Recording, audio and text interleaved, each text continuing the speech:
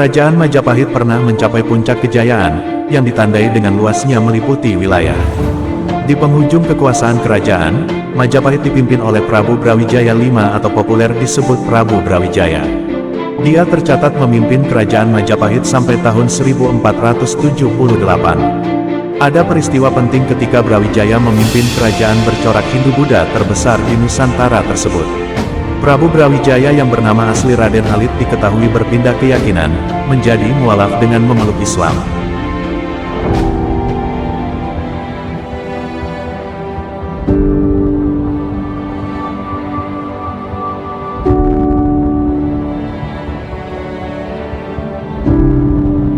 Pada suatu hari, seorang Raja Majapahit yang bernama Brawijaya. Ia adalah raja yang bijaksana dan adil, tetapi ia belum mengenal agama Islam. Ia hanya memuja dewa-dewa Hindu dan Buddha yang diwariskan oleh nenek moyangnya. Suatu ketika, ia mendengar kabar bahwa ada 9 orang wali yang menyebarkan agama Islam di berbagai daerah di Jawa. Ia penasaran dengan ajaran mereka, karena ia melihat banyak rakyatnya yang tertarik dan masuk Islam. Ia ingin tahu apa yang membuat agama Islam begitu menarik dan berbeda dari agama-agama lain. Ia pun memerintahkan utusan-utusannya untuk mengundang para wali ke istananya. Ia ingin berdialog dengan mereka dan mendengar langsung penjelasan mereka tentang agama Islam. Ia juga ingin melihat bukti-bukti kebenaran dan keajaiban agama Islam.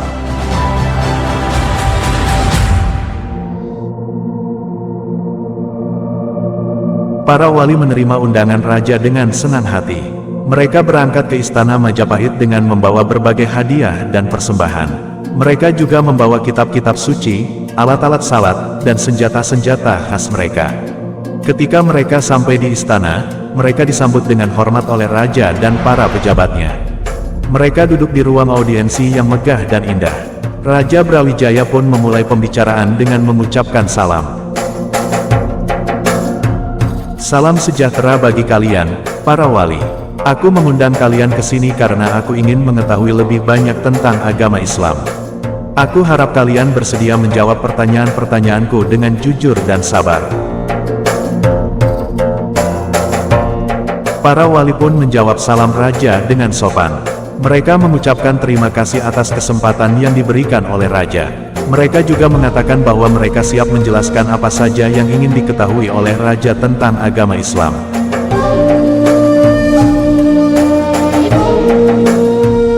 Baiklah, mari kita mulai. Pertanyaan pertamaku adalah, apa itu agama Islam? Apa dasar dan sumber ajarannya? Dan apa tujuan dan manfaatnya bagi manusia? Tanya Raja Brawijaya. Sunan Ampel, yang merupakan salah satu wali tertua dan paling berpengalaman, pun menjawab pertanyaan raja dengan tenang dan tegas. Agama Islam adalah agama yang diturunkan oleh Allah Subhanahu wa Ta'ala, Tuhan Yang Maha Esa, kepada Nabi Muhammad utusan terakhir dan terbaiknya. Dasar dan sumber ajaran Islam adalah Al-Quran, kitab suci yang berisi firman-firman Allah Subhanahu wa Ta'ala, dan hadits, perkataan dan perbuatan Nabi Muhammad. Tujuan dan manfaat agama Islam adalah untuk menyempurnakan akhlak manusia, mengatur hubungan manusia dengan Allah Subhanahu wa Ta'ala, dengan sesama manusia, dan dengan alam semesta, serta untuk membawa manusia ke surga, tempat kebahagiaan abadi.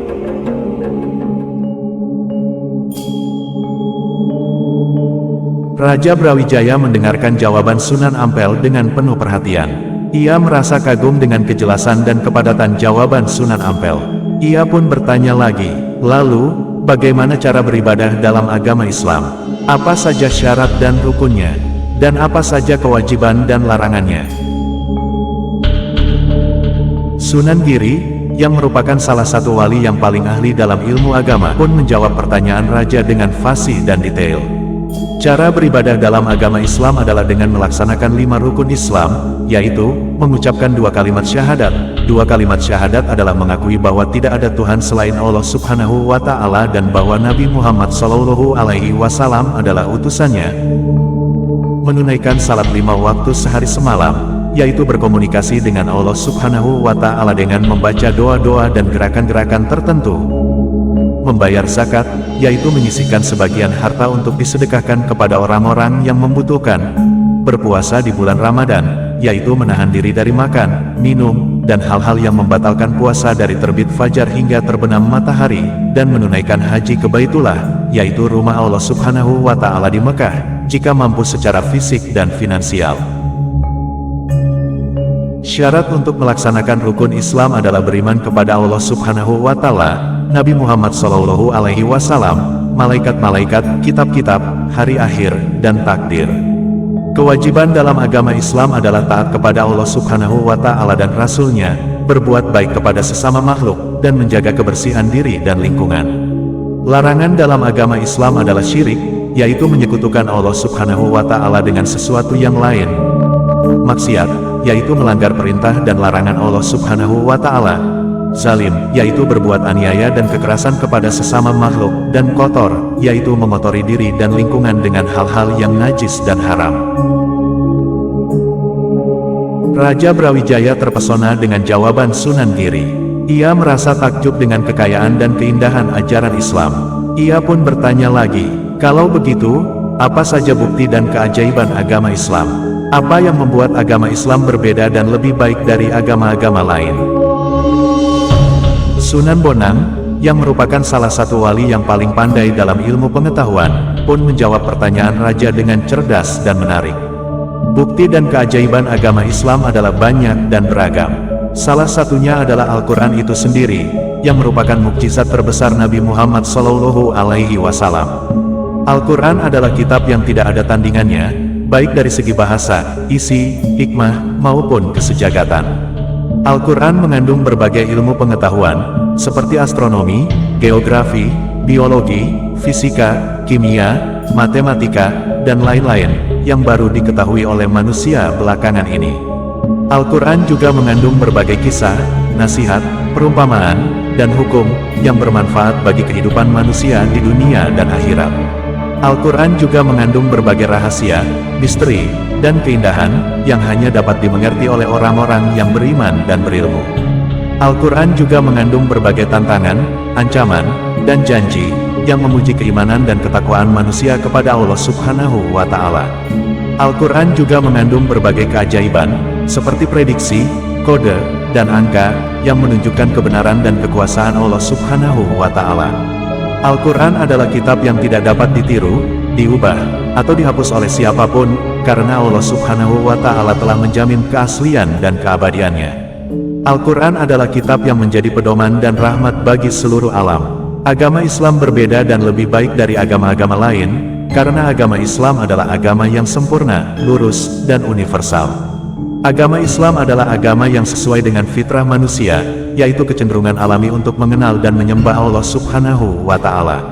Agama Islam adalah agama yang mengakui dan menghormati agama-agama sebelumnya, yaitu agama yang dibawa oleh para nabi dan rasul sebelum Nabi Muhammad SAW, seperti Nabi Ibrahim, Nabi Musa, Nabi Isa, dan lain-lain. Agama Islam adalah agama yang cocok dan relevan dengan segala zaman, tempat, dan kondisi. Agama Islam adalah agama yang memberikan kebebasan, keadilan, dan kesejahteraan bagi seluruh manusia, tanpa membedakan suku, bangsa, warna kulit, atau status sosial.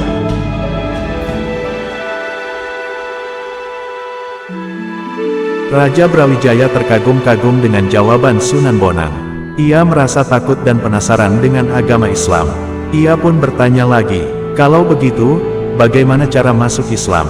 Apa yang harus aku lakukan dan ucapkan?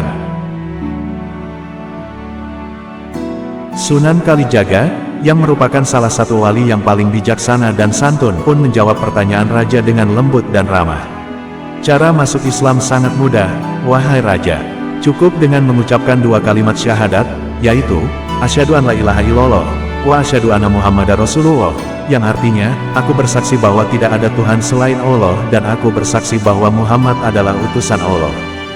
Dengan mengucapkan syahadat ini, maka seseorang telah menjadi muslim, yaitu orang yang berserah diri kepada Allah Subhanahu wa Ta'ala. Syahadat ini adalah kunci untuk masuk ke dalam agama Islam dan surga Allah Subhanahu wa Ta'ala. Raja Brawijaya mendengarkan jawaban Sunan Kalijaga dengan hati yang terbuka. Ia merasa tertarik dan terpanggil oleh agama Islam. Ia pun memutuskan untuk masuk Islam dengan bimbingan Sunan Kalijaga. Baiklah, aku bersedia masuk Islam. Ajarilah aku cara mengucapkan syahadat itu, wahai wali. Sunan Kalijaga pun tersenyum dan mengulurkan tangannya kepada raja. Ia mengajarkan raja cara mengucapkan syahadat dengan benar dan ikhlas. Raja Brawijaya pun mengikuti ucapan Sunan Kalijaga dengan suara yang lantang dan jelas.